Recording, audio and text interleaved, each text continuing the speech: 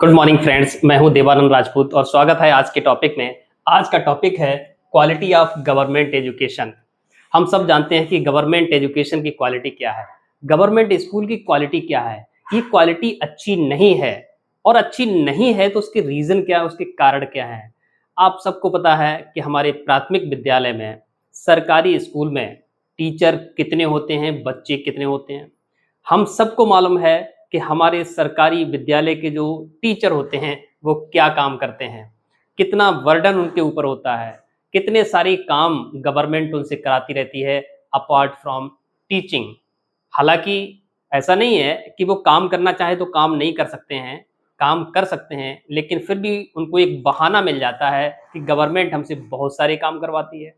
तो आज quality of education जो खराब हो रही है उसके ये रीजन तो हैं, बट चिंता का विषय ये है कि अगर हम ये ध्यान नहीं देंगे, क्वालिटी ऑफ एजुकेशन को इम्प्रूव नहीं करेंगे, तो जो रूरल एरियाज हैं, पुअर पीपल हैं, मिडिल क्लास फैमिलीज के बच्चे हैं, गांव देहात के बच्चे हैं, जो अफोर्ड नहीं कर पाते हैं, एक्सेस नहीं कर पाते हैं सीबीएसई बोर्ड की एजुकेशन, इंग्लिश मीडियम स्कूल की एजुकेशन, कॉन्वेंट स्कूल की एजुकेशन, क्या उनको अच्छी शिक्षा नहीं मिलनी चाहिए?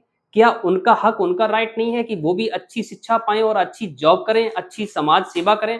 लेकिन ये हक हम छीन रहे हैं, ये अधिकार उन गरीब बच्चों का हम छीन रहे हैं, उनका भविष्य बर्बाद कर रहे हैं। और उनका भविष्य बर्बाद नहीं कर रहे हैं, हम अपने देश का भविष्य बर्बाद कर रहे हैं।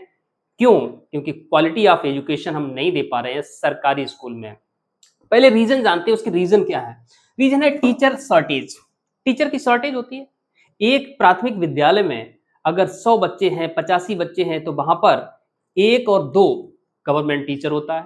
साथ में टीचर संविदा पर लगाए हुए जिनको हम शिक्षा मित्र कहते हैं, और जो हैं वो रिस्पॉन्सिबिलिटी नहीं समझते हैं। इसका ये भी रीजन है कि infrastructure, lack of infrastructure. Lack of infrastructure means कि जो इंफ्रास्ट्रक्चर है, बिल्डिंग बनाई जाती है, जो रिसोर्सेस होते हैं, संसाधन होते हैं, उनकी भी कमी होती है। बोर्ड अच्छा नहीं मिलेगा, वहाँ पर कूलिंग सिस्टम, फैन ये अच्छे नहीं मिलेंगे, वहाँ पर बिल्डिंग अच्छी नहीं मिलेगी, फर्नीचर नहीं होगा बच्चों को बैठने के लिए, हाईटेक नहीं होगा।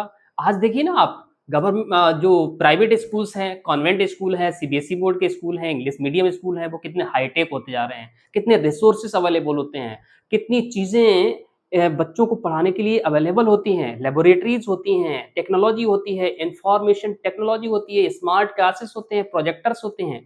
गवर्नमेंट स्कूल में क्या है? कुछ नहीं है। भाई देखो, क्लास को अट्रैक्टिव तो बनाना पड़ेगा। आज जो जनरेशन गैप है, आज के बच्चे जितनी तेजी से पढ़ रहे हैं और आगे बढ़ रहे हैं, तो हमें वो साधन देने पड़ेंगे। अगला रीजन क्या है? लर्निंग गैप हो रहा है। लर्निंग गैप क्या है? पहले के जो टीचर्स अपॉइंटेड हैं वो बहुत ज़्यादा इनोवेटिव, बहुत ज़्यादा हाईटेक नहीं है। क्यों? उन्होंने जो पढ़ाई पढ़ी है उसके बाद उनको वो ट्रेनिंग्स नहीं मिल पाई है, जो इन सर्विस ट्रेनिंग मिलनी चाहिए, सेवारत काम करते हुए ट्रेनिंग मिलनी चाहिए, वो ट्रेनिंग नहीं मिल पा रही है। वो अपने आप को अपडेट नहीं कर पा रहे हैं। आज दुनिया कितनी तेजी से आगे बढ़ रही है, शिक्षा के क्षेत्र में हो, चिकित्सा के क्षेत्र में हो, स्पेस टेक्नोलॉजी का क्षेत्र हो, साइंस का क्षेत्र हो, किसी भी क्षेत्र में हमको अपडेट रहना पड़ेगा। हमारे टीचर अपडेट नहीं हो पा रहे हैं गवर्नमेंट स्कूल्स में। एडमिनिस्ट्रेटिव बर्डन बहुत ज़्यादा है, और ये एडमिनिस्ट्रेटिव बर्डन, आप सोच रहे होंगे कि गवर्नमेंट क्या-क्या काम कराती है।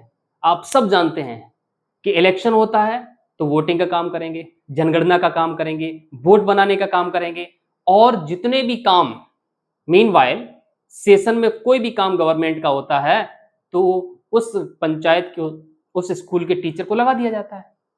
अब उनको एक बहाना मिल जाता है कि सरकार हमसे जनगणना कराती है, सरकार हमसे इलेक्शन में ड्यूटी करवाती है, सरकार हमसे वोट बनवाने का काम करवाती है। तो बहुत सारे काम करवाने का जब बहाना मिलता है तो वो भी सोचते हैं कि फिर यही करवा लो, टीचिंग क्यों करनी पड़ेगी।